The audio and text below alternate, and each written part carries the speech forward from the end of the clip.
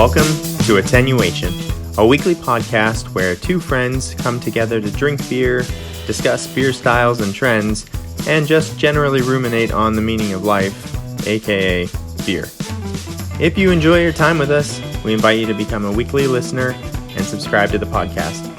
Without further ado, here is this week's episode.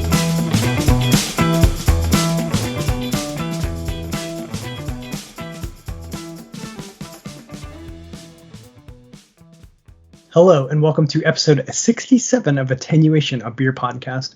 My name is Jason, and I'm joined by my best friend since 8th grade, Steven. Hello. How are you today, sir? I'm okay. Just okay? No, I'm just kidding. I came in with a super happy entrance there, so I thought I would just Immediately downplay it. Pretend to be sad, but I'm not. I'm happy. Never sad on beer drinking night. I'm very happy, and I have a good beer, so. Ooh, I'm excited. Well, I think it's going to be good. I don't know what it is, so I'm excited to find out. Okay, so we have an interesting topic today. I don't think either of us are very good at experts at this, but... No, we are like wading into very deep water here. So yeah, take everything we say with dark a grain of waters. salt. We've never swam in before. But our topic today is how to make new friends, and specifically beer friends. This is a How to Make Friends episode. Yes, You're welcome. From two introverts. Not to say, we're not assuming you don't have friends. We assume you do. Maybe you just want more friends. Maybe you want more friends, and maybe you want more beer friends. Beer friends, that's the key. Yeah. Maybe you have lots of friends, but you need more beer friends. Yeah, you always need more beer friends. That's what we're here for. First of all, you have two beer friends right here with you every week. Oh yeah, we're your beer friends. No. Number one key is just listen to the Attenuation Beer podcast every week. Every week. Oh my gosh, that's so funny. Two automatic beer friends for you. There you go. But before we get into our topic, we have to do our favorite part of the episode, and that's the drinking beer segment. So I introduce my beer, give nose notes, Steven does the same, and then we taste, and then we give tasting notes. Okay, you ready for mine? I am. What are you drinking tonight? You brought me this. This is the Wild Mind Ales Electric Rainbow. It's exciting. So this is a dry hopped sour ale with raspberry, peach, and lemon. And you told me this is like super sour, right? Okay, I'm excited. Oh wow, I did not expect it to be blood red. Wait, why is it this color? I don't know. What was it? Raspberries in there? Oh, it must be the raspberry. Yeah, it's a raspberry. It looks like wine mixed with it looks like sangria. Yeah. I was gonna say it looks kind of like an amberish brownish ale with that tint of red to it. It smells so good. You definitely get the raspberry, peach, and the lemon for sure, and then a little bit of that like lactose sour. I know this is gonna be sour just from the smell. Okay, I'm excited. I'm really excited to try this, but I'm gonna be patient and wait for you to introduce yours. Okay, I have a beer I picked up at Jester King. This is the 2022 Spawn Blackberry and Cherry version. Spawn is their Cool Ship series. Ooh, nice. So, Spawn for spontaneous. It's like this is kind of their like lambic goose thing going on. Okay. Obviously those are geographically locked, but this is like an American style lambic. Again, they do not manipulate their water at all, so it's Texas well water. They have, actually one of the things from the tour, they were talking about the aged hops, and how they purposely, they just want like the oldest, dried out, most nastiest, barnyard smelling hops possible, so that's what they used in this. So they have their aged hops, they cool it overnight in the cool ship, spontaneously fermented with whatever blows in overnight, and then this is aged in oak for like years and years, and then it was just blended this year and re-fermented on cherries and blackberries. Okay, awesome. Did they blend it with younger? Yeah, like different ages, different years. and then they add the fruits. Nice. Yeah, this is called fancy beer. Although I will say they did a good job of not fancifying it too much. Does it have a cork? No cork. Maybe it does. Oh shoot, it does have a cork. Oh, it is fancy beer. I thought it was just the cap. Well, luckily I actually serendipitously grabbed my the bottle opener. It's actually a wine opener, but the top of it is a bottle opener. but it works out because I need to pull the cork. So it is fancy beer, but it didn't have any wax. No wax. But a cork is enough for it to be considered fancy beer in my book. I spoke way too soon. Ooh, I heard that. You got that cork pop. Okay, so this is very fancy. This is super fancy beer, Steven. If it takes you more than 30 seconds to get into it. Ooh, yeah. It's about the same color as yours. A little darker, maybe. Oh, wow. It is a similar color. It's a little bit more purple, at least on my screen. Yeah, definitely some like sort of purpley red tints to it. Very, very, very effervescent carbonation that dissipated quickly. Zero head. A lot of sort of earthy lemongrass notes on the nose. Like a hint of sort of jammy raspberry, but it's not overwhelming. Mm-hmm. Definitely get a lot of the wood on the nose too. A lot of earthy oak. Okay, cheers. Right, cheers. Sour day today. Yeah, that's awesome. We both have sour beers. Okay, you were not kidding about how sour this is. At first sip, like I didn't even know what was happening. It's like one of those sours where your whole face puckers up. And you get like a shiver that goes down your whole body, and you're like, "What's happening?" So salivary glands are like, yes, your whole body's like, "What did you just do to me?" So it's insanely sour in the entrance. The full body sour. Yes, exactly, full body sour. FBS. Oh my gosh. Super sour lemon, and then like immediately after that, it's sweet raspberry, like lemonade, like jammy raspberry. And then like peach pie. It's like imagine those like all in a row. And then the finish is really long. I think just like mostly lemon. Like just that sour lemon kind of comes back. Mm-hmm. This is my kind of sour beer. Yeah. Yeah, I love this. If I could get access to this, I would like have it in my fridge all the time. I think I might even have one more that's just been sitting in the back of the fridge. Well, that's the other thing. I was like, man, if I had this in the fridge though, I'd have to be like, do I really want to like tackle that? This is like, yeah, no, that's the hardest thing. It's like you're not like pairing this with dinner. No. Right? So it's kind of a dessert beer, and you just have to be in the mood. So yeah, anything you try to eat this with, this would just obliterate. Like, yeah, I can't taste anything else now, probably for like hours. Oh my gosh, I love the peach raspberry is my favorite flavor combo. Good combo, yeah. Okay, how was yours? Mine is super sour too. We definitely did the sour day today.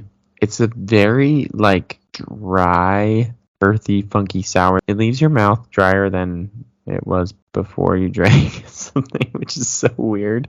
It is super dry. Kind of has this like yours, very like a lemony sour. Mm-hmm. But just very, very earthy, woody. Yeah, you really get a lot of that oak. And then the berry flavors are really good. Like, it's just this really nice, like, just ripe blackberry flavor, freshly picked raspberry. You're really getting that sort of, like, earthy terroir of the berry. I mean, the cherry, I think maybe more than anything is in the sourness as well. So it is kind of a tart cherry, lemony sour. But the jammy blackberry really comes through. So, this is pretty peak beer, honestly. Okay, nice. Yeah, very beer nerdy beer, but it's really, really good. This is my sort of style. I love that spontaneous fermentation beer. It's just, it's so good. I mean, you have to really like sour stuff, but I love it. Yeah, that's something I would consider that like, this is going to sound like weird and elitist, but it's like a more advanced sour, I think, maybe. Like, probably not the first one you want to drink. Yeah, it's just, I mean, I think your average beer drinker, even if they're into craft beer, you try to like introduce them to this. I'm not saying it's like you have to have an advanced palate for it or anything, because I certainly don't. It's just different. People are, it's just like luckily for me, sour beer was actually sort of my introduction to craft beer, right? So yeah, that's what I liked first. So it's not that weird. Yeah, you backed into it from like a weird angle. Yeah, I had sort of a weird entrance into craft beer, whereas like, people who are much more used to like the hoppy stuff and the malty stuff coming at this is just weird. Like some people just don't think this is beer. They've just never had anything that tastes like this. So yeah, that's the kind of beer that I feel like if I brought And I've actually, people have said this to me before, like, that's not beer. Like, I've heard that those three words, like, spoken about kind of like styles like that. Yep. And you're like, actually, it is. Actually, this is the original craft beer. Okay? These are the spontaneous brews that have been made for centuries. Yeah, it's the old school, right? Yeah. Yeah, it's so dry. My mouth is so dry. It is so weird. Yeah. Yeah. It's like it's not sweet, and you do get some. I'm getting now. I'm like taking more sips of this. You are getting that sort of cheesy, because that's that like aged hops. You get that sort of old aged cheese flavor. Yeah. That's coming out in the back of my throat a little bit, and it's good. I mean, think of like this paired with actually a fancy cheese would be super good too. Oh yeah, that would be nice. So you're very happy with this one. Yeah. Okay, this is like, it's almost like a wine and cheese pairing in a beer. Because you get this, like, you get both flavors. You get that sort of astringent dryness with the sort of funky cheese flavors, and then some like berry notes. I mean, if you like wine and cheese, like, you would love this. It's all in one. It's like in one. Yeah, it's all included in the drink. That's really funny. That's cool. There you go. Nice. 2 thumbs up day. Mm-hmm. Yeah. I wasn't going to give this a thumbs down even if I hated it. That's funny. I would like chalk it up to being like not knowing enough. You're like, oh, my palate is. I'd be like, yeah, I just haven't reached that this beer. A Jester King spontaneous beer. It's good. Actually, it's really funny. Like, I probably at some point I should branch out more and be more adventurous there, because you can be adventurous there. Like, they have some weird beers that are like a spontaneous beer aged on like juniper berries and twigs. That's adventurous. Like, they have some weird stuff that I don't all venture into, but I should, because I'm sure it's actually probably pretty bad. Like, in my head, I think they can do no wrong, but I'm pretty sure they can. Everything they make isn't good. There's no brewery where everything they make is good. Except for Toppling Goliath. I love you, Toppling Goliath. They make something that's not good. I promise you. All right. Whatever, cool. Man. You're like crying. You're like, no. All right, cool. So we can go to our next segment, which is postscripts, where we add or correct things from previous episodes. And I know we have a couple. And then we also do beer news. I think we have one of each. Yeah. Okay, first, this is minor beer news. This is personal beer news. I sold my kegerator. Wait, really? Well, the last time I brewed, I did sort of half and half. I like bottled half of it and then kegged the other half. And I barely ended up drinking any out of the keg. Drank some of the bottles. It's just like it's easier to give away bottles. You can give bottles away to other people. You can share with other people. Like, if it's in the kegerator, like, people have to come over and drink. And, well, we'll talk about, how good we are at making friends. But even though this episode is all about making friends, I don't have enough people coming over to my house to drink beer. So, and actually, this will kind of tie into some of the things we're talking about later. But yeah, like, just it's easier to share in bottles, and the kegerator just wasn't getting that much usage. So, okay, decided to sell it. So that's just that's just beer journey news. I've evolved from like bottling to kegerator back to bottling. Back to bottling. You've gone full circle. Like, bottling's not that bad. It's a pain in the butt, but it's not that bad. So last week we talked about the sale of Stone to Sapporo. Correct.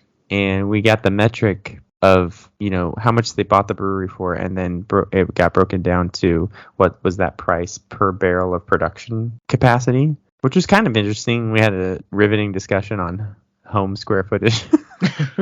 Yeah. You're welcome for that. But I actually kind of thought about that more with like the price per production capacity. Okay. Like, I do think in a lot of ways, kind of how I feel about the price per square foot of a home. Like, it doesn't take into consideration a lot of other things, like how many physical tap rooms do you have? What kind of distribution do you already have, or what kind of brand loyalty do you have? There's just like a lot of other factors that I don't think. But anyway, we kind of decided it was just kind of a cool metric, because it just sort of broke it down to a simple number that you compare different sales Yeah, to. it makes like obviously you've raised some great points. It's not a complete picture, but you can kind of do like an apples to apples comparison of how much they paid. And one of the figures we were going to get for you, which Stephen I think promised to get, was we promised to get was the price per barrel on the Lagunitas sale. Although we have to caveat, we don't know the actual price because I don't think it's ever been discussed, or like it's not public. Yeah, it was never disclosed to the public when Heineken bought Lagunitas, and they bought it in two parts. So we don't know what the overall final price was. It was speculated that it was close to $1 billion, similar to Ballast Point's $1 billion, which we know for sure was $1 billion. Okay. For Ballast Point.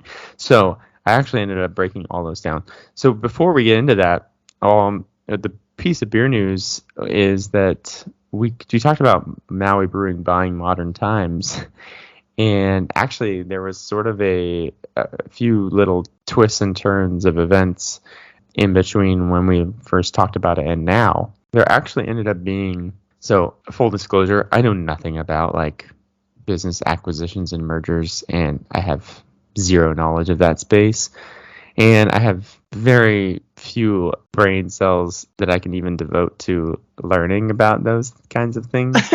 So whatever I say here is probably wrong, but I will just generalize. But at some point, this whole sale was being overseen by the courts. Oh, okay. So it was like a court-mediated sale, and part of that was like distressed or something.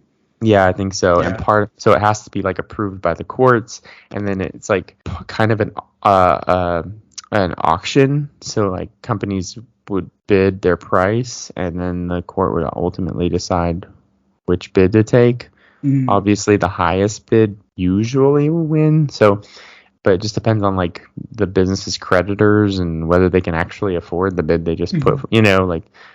So anyway, there was a brewery called Brewery X, and I should actually have looked up to see like where they're even located. Okay, so they're Southern California. They're Anaheim, LA area. So Brewery X actually ended up bidding somewhere around the 20 million mark for Modern Times. Maui Brewing's bid was 15.3 million. So Brewery X ended up winning out the auction. Then there was this asset acquisition company called MTD. I don't even know. It's impossible to even find information about this online. This MTD asset acquisition came in, and they bid like 23 million or something, like just above. Okay. And it was like they had to like make some claim to the courts that no, their bids actually like they came in with this bid and it's higher, but it was like sort of past a deadline. I don't know, there's all these legal things, and the court ended up throwing out the bid from MTD. So Brewery X technically won the bid, and Maui was the runner-up bid if the sale from Brewery X did not, for whatever reason, go through. And ultimately, that actually happened. I'm not sure whether Brewery X pulled out or something happened with their credit or something, but that sale did not go through, and it ultimately fell to Maui Brewing in the end. So there's all this legal drama and all these other bids coming in, and ultimately Maui acquires Modern Times for $15.3 million. So Modern Times barrel capacity, from what I can sort of glean, is around, so their production last year was 53,000 barrels. It's very small, actually. But that's what they produced last year. I don't think that's their full capacity. Actually, that was like down a certain percentage. So I would estimate their barrel production at closer to 65,000 barrels. So that puts it at about $235 per barrel. Per barrel. Okay. So $235 for Modern Times. The Stone acquisition by Sapporo that we talked about last week, they were bought for $168 million. Their brewing capacity is 325,000 barrels. That comes out to about 515. Oh wow. Okay. So about two 2x. times, yeah, 2 times the price for Stone. And that might be because Stone has more tap rooms, more distribution. There's some other factors that would account for that price difference. Too. Yeah, bigger name for sure. little bit more brand loyalty. I think a little bit more active success. Modern Times, I felt like was kind of going downhill. Gotcha. I mean, people say that about Stone as well, but for sure, I think Modern Times. I mean, I've been feeling like that, and I don't really have my finger on the pulse of craft beer as much as I probably should. Okay, so now let's go to the big ones because these are funny. This is like peak craft beer. So when Ballast Point was acquired by Constellation, I think it was in 2015. That they were acquired for $1 billion. We know that sale was $1 billion. Their brewing capacity at the time was 431,000 barrels. That comes out to $2,320 per barrel. Ouch! It's 10x. And what's even funnier is that Kings and Convicts, when they acquired them from Constellation, when Constellation sold Ballast Point off, they sold at basically 10%. Maybe it's hard to tell because that Kings and Convicts sale price wasn't public. It was estimated to be between 1 and 200 million, but that's 10%, basically 10 to 20% of the price. So around $250 a barrel. Yeah, so right back down to today, the Modern Times numbers. The Modern Times numbers, yeah. Mm-hmm. Yeah, with like a ton more distribution and brewing capacity. Yeah, right? Like I think Modern Times capacity 65,000. This is 430,000. So. The prices have gone back to earth. I think when they were paying $1 billion for a brewery, that was the equivalent of buying like Bitcoin at 60,000. Like, yep. Craft beer was in like it's like bull running, and I think we're past all that now. Yeah, anybody buying at that time was just buying high. Yeah, they were buying high, thinking that so much hype. I don't know. Yeah. Well, and yeah, I just don't think I could not. Maybe I could be wrong again. Like you said, I don't know much about acquisition of businesses, but I'd be shocked if someone paid $1 billion for a brewery today. Like, there's just no way. Mm-hmm. Yeah, I agree. It's just not. Yeah, it's a different time now. Yeah. So Lagunitas, that one was estimated. We actually don't know the cost, but it's speculated that it was close to $1 billion. So we'll just round up to $1 billion. Nice even number. And that was bought in two different segments. They bought it was 50 and then 50, or something like that. Something like that. Their brewing capacity at the time was 800,000 barrels. That comes out to about $1,250 a barrel. So a better deal than Ballast Point still. Constellation's acquisition of Ballast Point still probably the biggest waste of money in acquiring a craft huge beer. mistake. A craft brewery in the history. And Lagunitas, I think, was a little better. But still, that has to have come down to earth a little bit too, I think. Yeah, that's a lot of production though. 800,000 barrels. That's a lot. Also, with the whole sale of Stone and Greg Koch, the founder of Stone, for a long time being very anti-brewery sellout.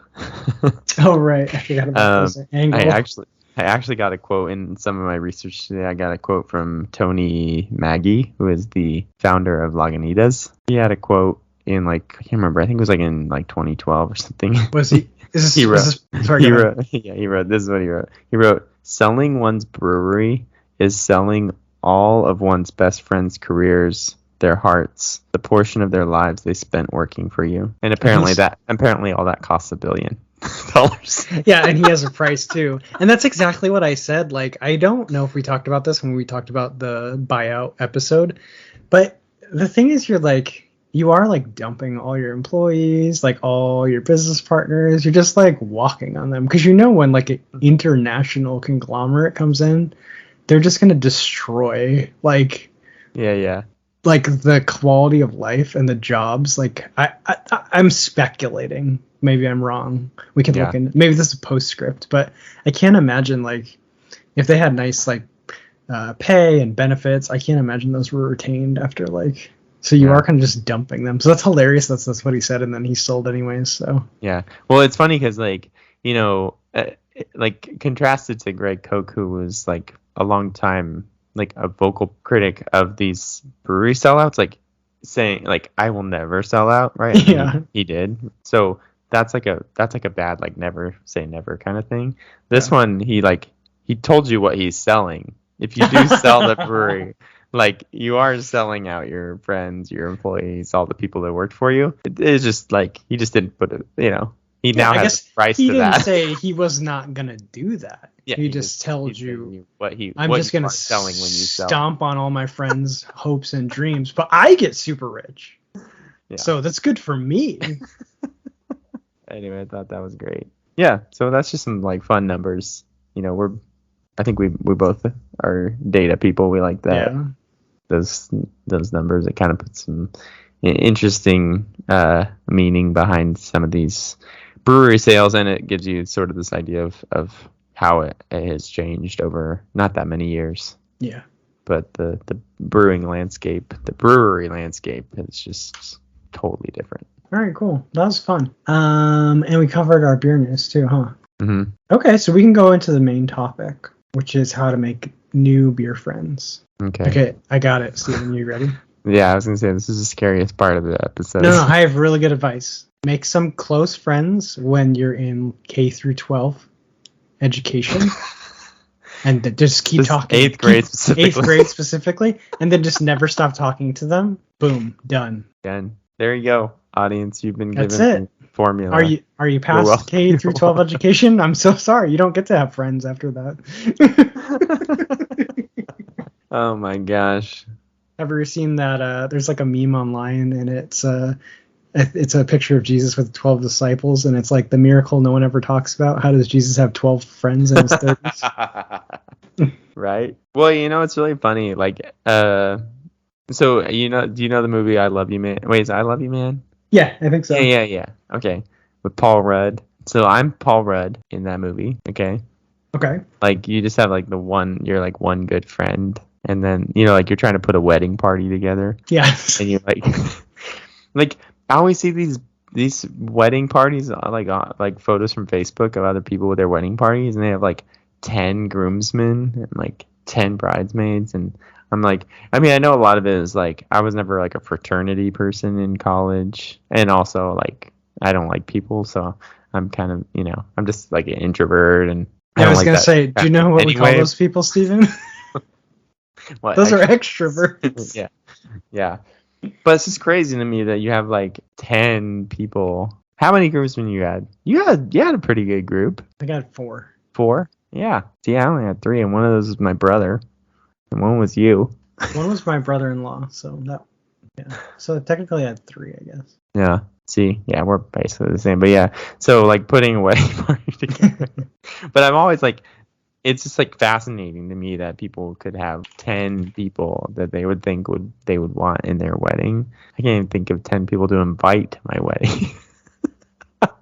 So anyway, again, we're like way out of our league here, so we apologize because again, we've been friends since the 8th grade, and but we have some advice. Yeah. Well, I think we're specifically talking about beer friends today, and I guess the reason I was thinking about this topic was that like I know there's like tons of beer nerds and people that are like way more beer nerdy than me. It's just like it's kind of hard to find them. It's hard to find them like in real life. Yes. You know what I mean? Because like the internet's a big place, and the internet's a big enough place where you can always find someone who has the same interests as you or even more dedicated to your hobby. But like finding those people in real life is a little harder, and I think but can be valuable, and I think would be valuable. Oh yeah, real life friends are way better than internet friends. Yeah. And I say that as a person that plays video games online and has met people that I played video games online with for many years in person. That's a trippy experience. That's fascinating to me. Yeah, it was creepy. Yeah. Well, it's like very daunting and intimidating. Mm-hmm. But then you realize like, oh, I know everything about these people. So, because you played on games online together for like years. So then you just go and then they're just like totally normal, boring people. And you're like, oh, okay, yeah. But you get to like physically see like, them. so are you. Yeah, exactly. And so are you. It's like, I don't know. You think like, oh, they're going to be a serial killer or something. But like, serial killers are incredibly, incredibly rare. Yeah. Most people aren't serial killers. Yeah. That's a good thing. Okay. Let's see. Where do I want to go with this? So I started looking up like places that, where you can find like-minded beer nerds. Mhm. And one of the great places, I mean, I know you don't really homebrew. I mean, I wouldn't call myself an avid home brewer, but I homebrew once a year. And but it is a really good place to meet some of like these people who like really think deeply about beer and love beer are other home brewers. And the cool thing is that they don't really gatekeep, because they're usually super chill and they just want to drink beer and share their beer. And it's kind of this culture. It's more of an accepting culture than just like craft beer drinkers in general, because they have like a different appreciation for the process of making beer and like improving their beer, and it's just kind of a different hobby. Like I think we've talked about this a little bit before, the difference between like craft beer as a hobby and craft beer, like home brewing hobby. There's a crossover, of course, but they're different hobbies. But I think the homebrew hobby has a little bit different of a culture. And so from like researching these different homebrew clubs, I found that a lot of them like have these weekly or monthly meetups, and they'll have like a style of the month, and they're like, if you brew one of these styles, bring it. Like, if you don't have one of these styles, just bring whatever you have, whatever your homebrew is. If you don't brew at all, just bring a beer of that style that you would like to drink and share it with people. And it's just like, we don't care. Like, do you brew? Awesome. Are you an advanced brewer? Awesome. Have you never brewed? Are you trying to start brewing? Like, we don't care who you are. Like, just come join us, drink some other people's homebrews, tell us what you like, share your favorite beer. Like, super cool. So I'm kind of like, I was like started writing down all these different homebrew clubs that I now want to go visit. Yeah, while you were saying that, I just did a quick Google search, and there's actually, I'm reading their board minutes right now. Yeah. But there's a brew, Placer County, which is over where I live.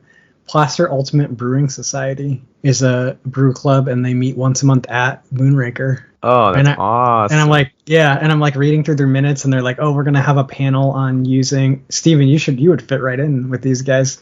They're gonna have a panel discussion on extract brewing, and have like versus all grain, or in how does one decide, kettle souring techniques, keg cleaning, decoction mashing. I don't even know what that is. They're figuring out, they're going to do a group brewery tour at Sierra Nevada. Oh, I might join this. Man, that sounds amazing. But yeah, this is like a really good suggestion, because you're going to meet some like-minded people if you go to one of these events. Yeah. When I lived in California, I like to play slow pitch softball. And I've been playing slow pitch softball in my hometown for like years and years and years. And I knew so many people.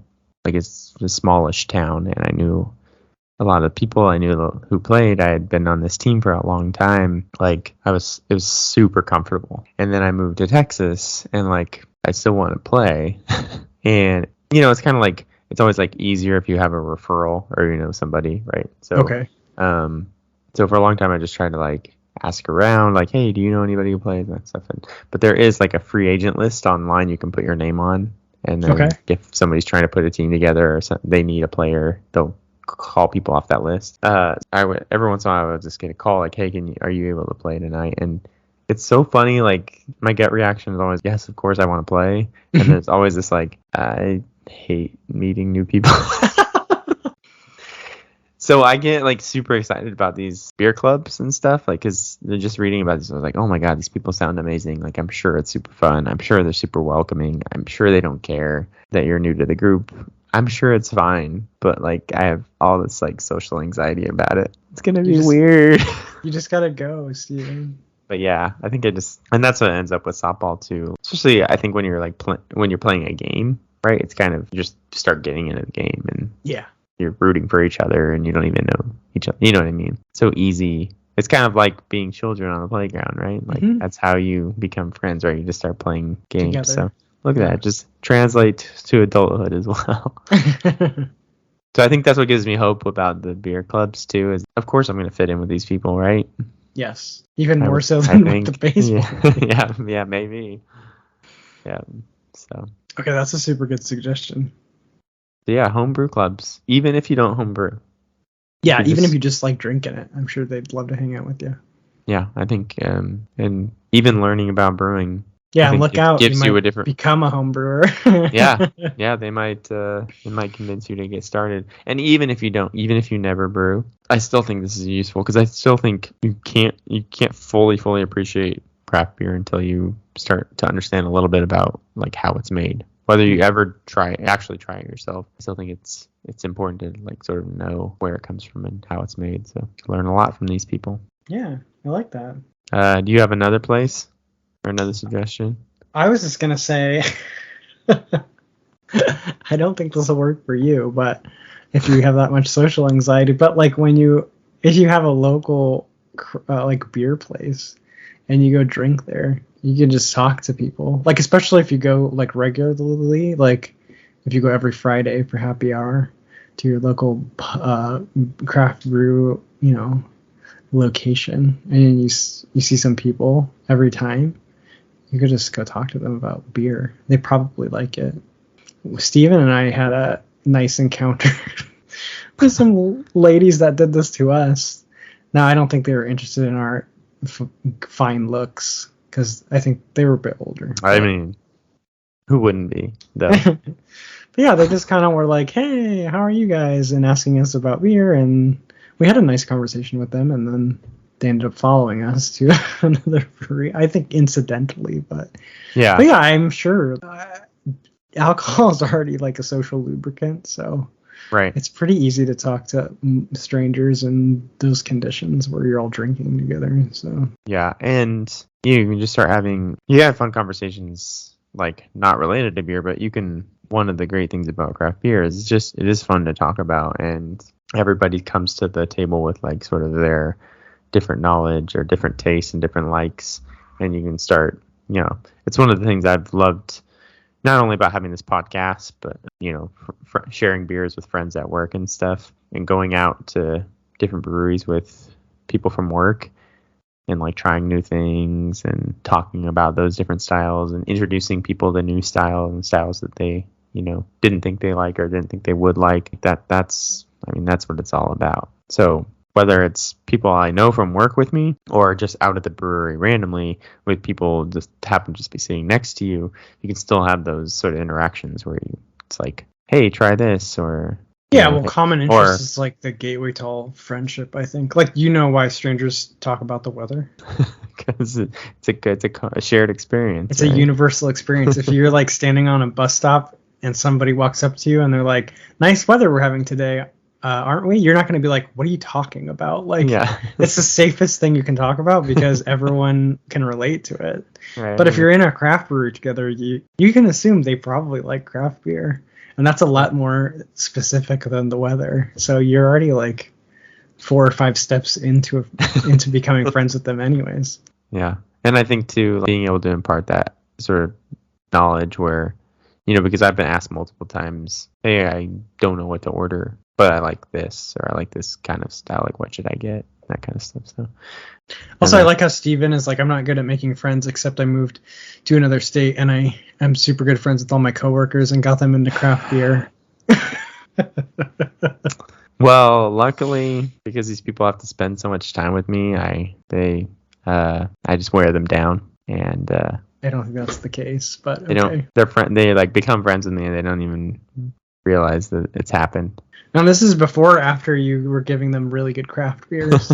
Yeah, I think I've probably just paid for their friendship. I know that's not true because I see all the cool stuff they bring you and I get really jealous. That's true. I've been paid back, and that's the truth too. The more you give, the more you get. So I did find this article. It was kind of a tongue-in-cheek article about how to find friends at the brewery, and one of the things said something about like, just be human, don't be weird. Panic. Yeah. That's my new motto that I live by. Just be human, don't be weird. I have which is almost impossible for me. Different advice. Be weird. Be weird. Everyone's weird. We're just like pretending to be normal. Just let it out. It's gonna come out eventually.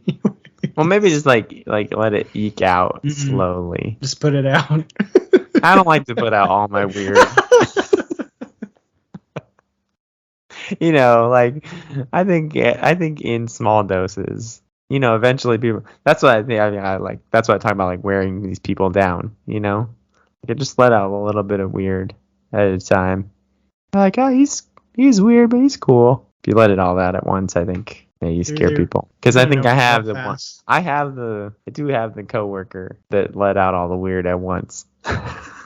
Yeah, maybe you're right in this case. Open the valve slowly. Yeah, it's easier for other people to accept that. Like the frog in the boiling water, Yeah, that's good. Cook them slowly. So there's another. Tell me if I'm like 10 years too late to this, because I think maybe this website is a little bit outdated. But meetup.com, have you ever? I feel like 10 years too late to this. It might still be active. I don't know. Yeah, no, I mean, I did like pull up the website just to see.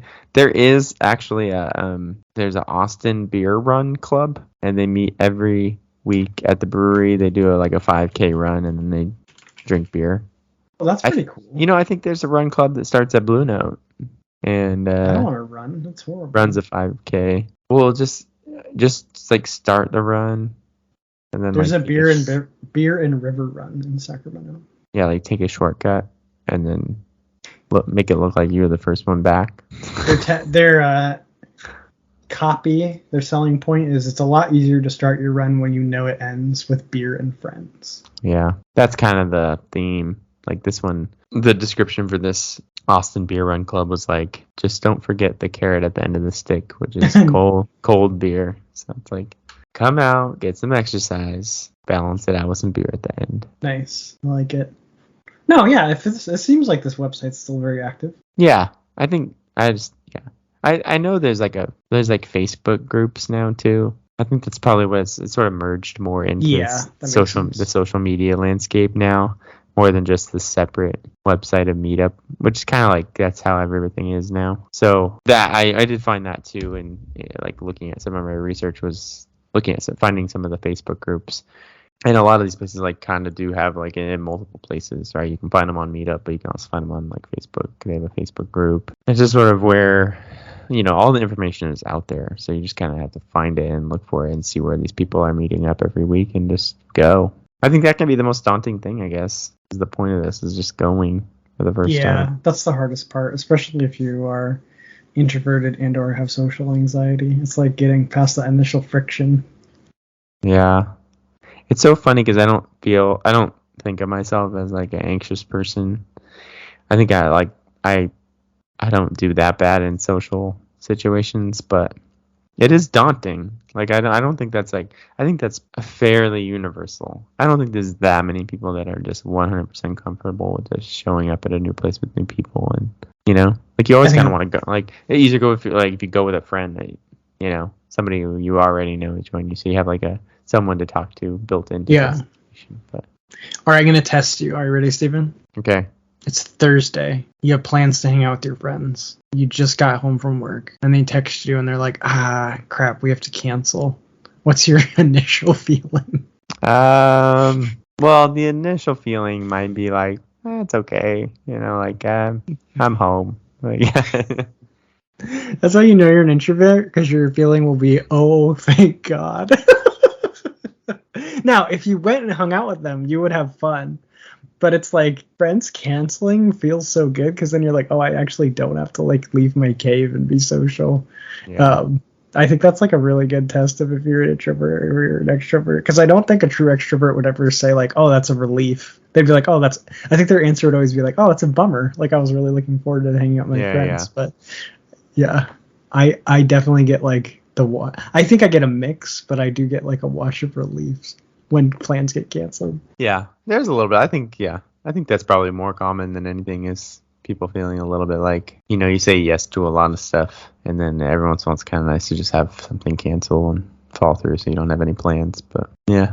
I like hanging out with people I know. You know what I mean? Like, or that are my friends already. I'm not like, Yeah, that makes sense. You know, I will say like a month or two ago, there was the same type of thing. Like there was I want to say it was like a pizza place, but they host every once in a while, like maybe once a month or something. They host some sort of like brewery talk. So like a brewer from a local brewery comes and like talks about something, you know. And I was like kind of interested in going, and it had to be like it was after work that I would just head straight over there and I would just eat there and participate in this talk. That's much harder. Like I'm walking out the door to work, like it's much easier to just be like, nah, I'll just go home. Like I don't need to go to that, you know, because I'm going alone. It's either gonna be like super awkward and weird. Like I could probably avoid a lot of the awkwardness because I can just eat some pizza and sit in the back or whatever. But to get the most out of it, which is what I like would really be intending, right? Like I want to talk to people, I want to gain some knowledge and network a little bit. That like I don't want to do that. Yeah, that requires a lot of energy.